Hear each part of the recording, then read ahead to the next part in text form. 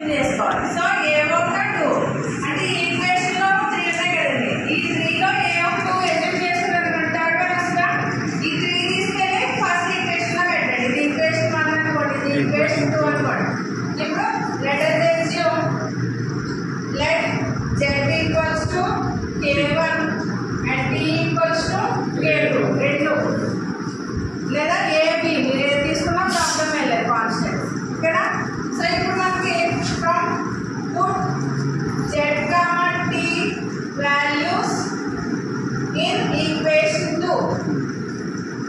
So equation 2 నుంచి మనకి -2y plus 3k1 -2k2 equals to 0.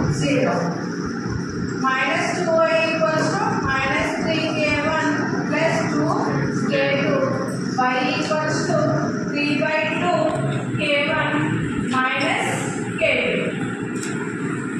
సరిపోయిందండి. Next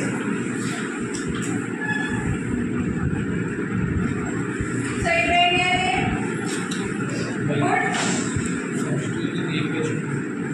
y z t values in equation 1 అంతే కదా.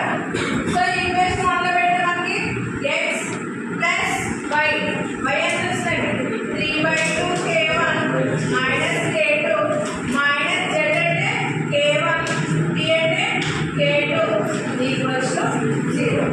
సో ఇప్పుడు k1 టర్మ్స్ 3/2 -1 1/2 అంతే కదా.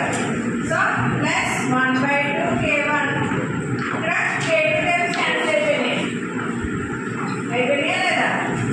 Equals to 0. సో ఇక్కడ x ఈక్వల్స్ టు -1/2k1. ఇప్పుడు ఫైనల్ గా సొల్యూషన్ రాయాలి.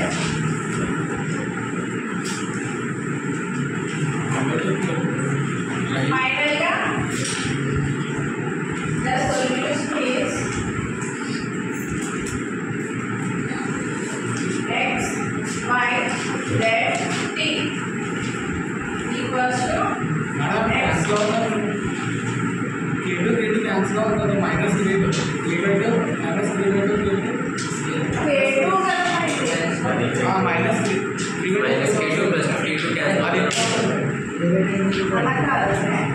ఇక్కడ -k2 కదా. అది మొత్తం t అంటే